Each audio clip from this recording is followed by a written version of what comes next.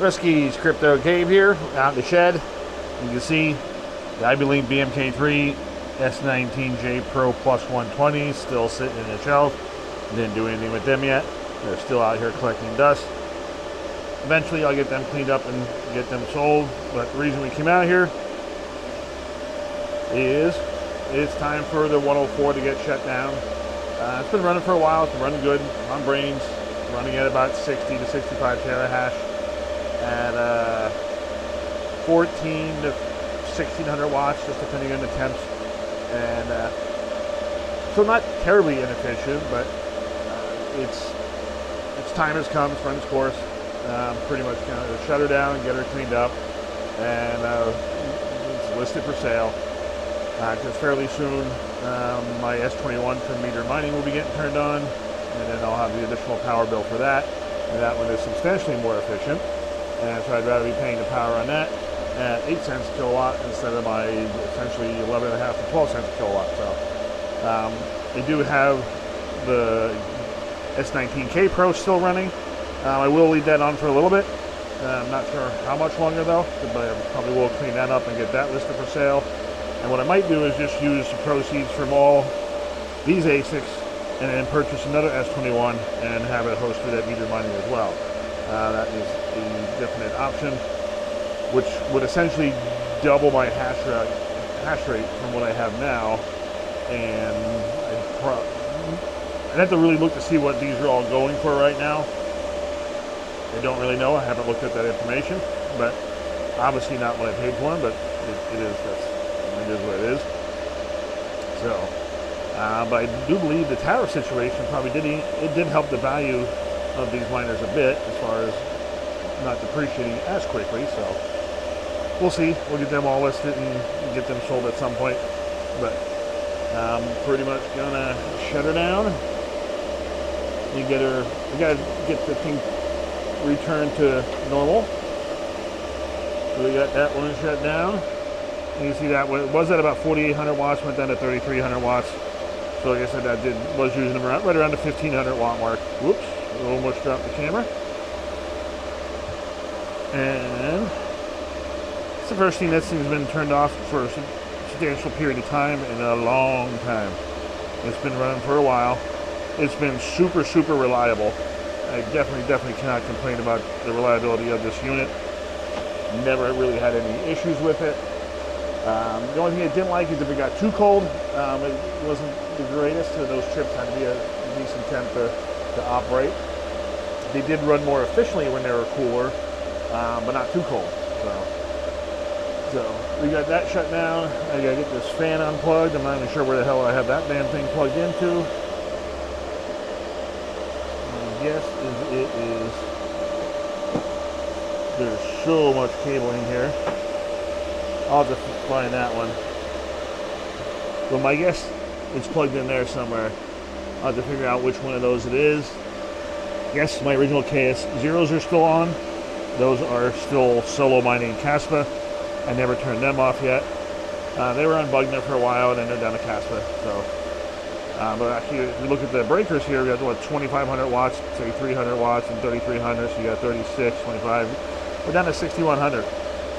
This thing was running around 15,000 to 16,000 with all my equipment turned on. So we're substantially lower power usage. And we're basically, whoops, put that back to 0, turn that thing down. And as you can see, she's spinning down. Now I'll tell you what, those AC Infinity fans, this thing's about 5 years old. Well, maybe even 6, come to think of it. I think it was 2019 is when I got those, and they were pretty much running non-stop. Those son of the bitches are reliable. Yes, they are more expensive, but like the saying goes, you get what you pay for. Those fans are definitely worth the money. So, but we got that shut down. I'm gonna unplug the Ethernet, get this out of the way, and that one is, that's too snug a fit. Oh, there it is. We got that. Get another Ethernet cable out of the way. And my little Shelby units are junk. But all the stock fans and stuff like that and grills are on that, are hiding down in here. That is where that stuff is at. Still got some server PSUs there. All kinds of crap just accumulating in here, which I'll eventually get this stuff cleaned out and get rid of it. But I'm just going to put that here for now. Get that out of the way. And I do want to come out here and clean it eventually too, and kind of get that moved over to here. Slide these down. Jazz miner's still on Octaspace.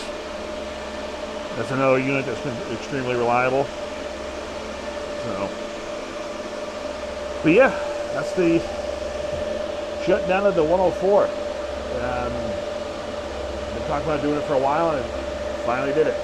So, don't foresee myself being able to run full-size ASICs here at home, just because my electric rate is pretty shitty compared to what it was when I first built the shed. It was right around, I was pretty much right around 5 cents for the unlimited plan, which was fantastic.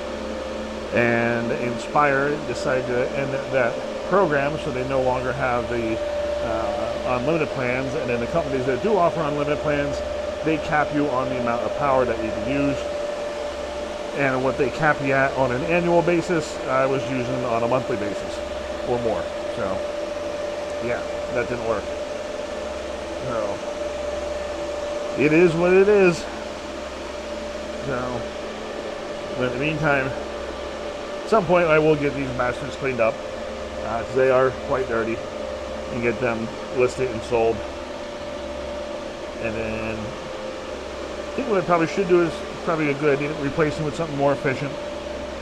From what I can get, I'll have to look to see what the values I could get of these two guys. And actually technically those two, because if I couldn't sell all four of those ASICs and just have to put a little bit of money out of pocket to get an S21 and have it hosted, that's probably going to be the way to go.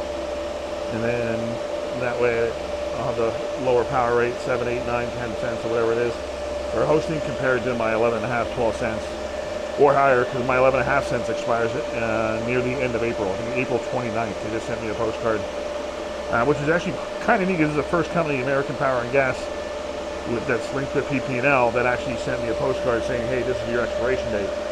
All the other bastards just freaking said, nope, you're expired, put you back to your normal rate. And so you really had to stay on top of it.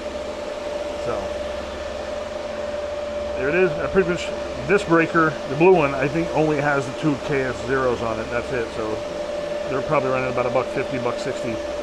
But they're also overclocked as well. So they are still running the original overclock that came out shortly after those devices were released for how many years? No issues. Running solid, stable, reliable.